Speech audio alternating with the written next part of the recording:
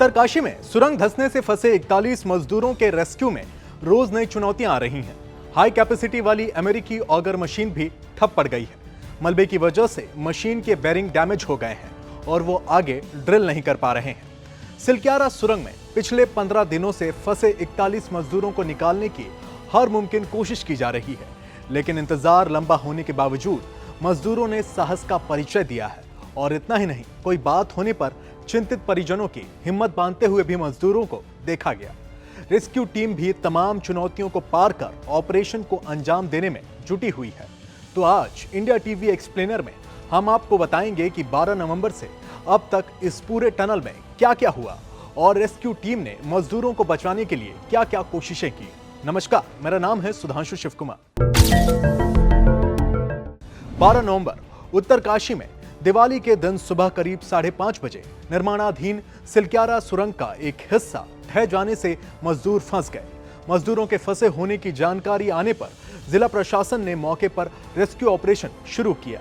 सुरंग में मजदूरों तक एयर कॉम्प्रेस्ड पाइप से ऑक्सीजन, बिजली और राशन पहुंचाने की व्यवस्था की गई। 13 नवंबर का दिन ऑक्सीजन की आपूर्ति करने वाले पाइप के जरिए मजदूरों से संपर्क किया गया।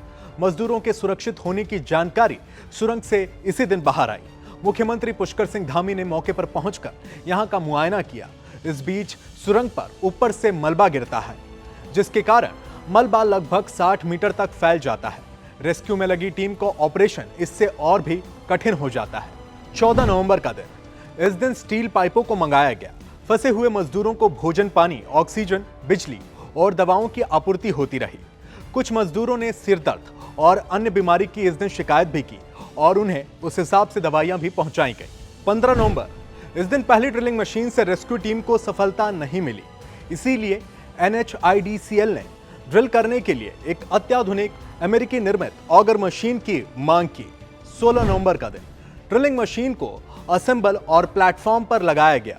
इस मशीन ने आधी रात के बाद काम करना शुरू कर दिया। फिर आता है 17 नवंबर का दिन। इस दिन मशीन की मदद से रात भर ऑपरेशन चलता रहा। दोपहर तक करीब 24 मीटर मलबे की ड्रिलिंग पूरी हुई। सुरंग में 4 mm के पाइप डाले गए। 5वां पाइप डालने के दौरान पत्थर आ गया और इस अड़चन आने की वजह से रेस्क्यू ऑपरेशन को रोकना पड़ा। 18 नवंबर का दिन, इस दिन मलबे की ड्रिलिंग शुरू नहीं की गई क्योंकि विशेषज्ञों का कहना था कि सुरंग में अमेरिकी ऑगर मशीन से जो वाइब्रेशंस पैदा हुई हैं उससे मलबा गिर सकता है, जिससे बचाव कर्मी भी मुश्किल में आ सकते हैं। 19 नवंबर का दिन ड्रिलिंग का काम बंद रहा। बचाव अभियान की समीक्षा के लिए केंद्रीय मंत्री नितिन गडकरी यहां पहुंचे और उन्होंने कहा कि विशाल ऑगर मशीन के साथ ही हॉरिजॉन्टल बोरिंग करना सबसे अच्छा ऑप्शन होगा। 20 नवंबर का दिन, आपको बता दें कि इसी दिन पीएम नरेंद्र मोदी ने मुख्यमंत्री धामी से फोन पर रेस्क्यू ऑपरेशन का अपडेट लिया था। बचाव कर्मी मलबे के बीच 6 इंच चौड़ी पाइपलाइन बिछाते हैं। पाइपलाइन की वजह से अंदर फंसे मजदूरों को भोजन और अन्य जरूरी सामान पहुंचाया जाता है।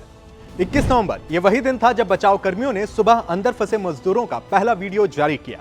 मजदूरों को बात करते हुए देखा गया, जिससे चिंतित परिजनों के सांस में सांस आई और सुरंग के बालकोट छोर पर विस्फोट किया जाता है, जिससे एक और सुरंग खोदने की प्रक्रिया शुरू होती है। 22 नवंबर, स्टील पाइपों की हॉरिजॉन्टल ड्रिलिंग करीब 45 मीटर तक पहुंचती है। सिर्फ 12 मीटर की दूरी बाकी रह जाती है और देर शाम ड्रिलिंग में उस समय बाधा आती है जब कुछ लोहे की छड़ें बर्मा मशीन के रास्ते में आ जाती हैं।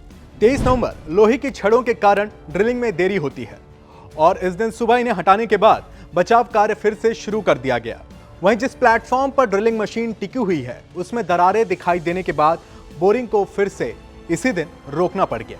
24 नवंबर, इस दिन ऑगर मशीन का शाफ्ट और ब्लेड क्षतिग्रस्त होकर बन रही रेस्क्यू टनल में फंस जाता है, जिससे रेस्क्यू में बाधा आ जाती है। 25 नवंबर का दिन, ये वही दिन था जब BSNL ने फंसे हुए श्रमिकों को परिवार के सदस्यों से संपर्क करने की व्यवस्था की और लैंडलाइन फोन कनेक्शन लगाया गया, जिससे परिवार वालों से मजदूरों ने बातचीत की।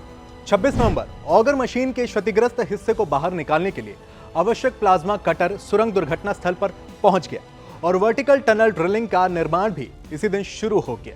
आपको बता दें कि जब तक ये वीडियो बनी है तब तक मजदूरों की जिंदगी बचाने की जंग जारी है और सबसे बड़ी बात तो ये है कि इंतजार लंबा होने के बावजूद मजदूरों के साथ ही रेस्क्यू टीम ने अपनी हिम्मत नहीं हारी है और दिन और रात एक करके इन वर्कर्स को बाहर निकालने का हर मुमकिन प्रयास किया जा रहा है। नमस्कार, हमारा आज का टॉपिक आपको कैसा लगा? आप हमें कमेंट बॉक्स में कमेंट कर जरूर बताएं।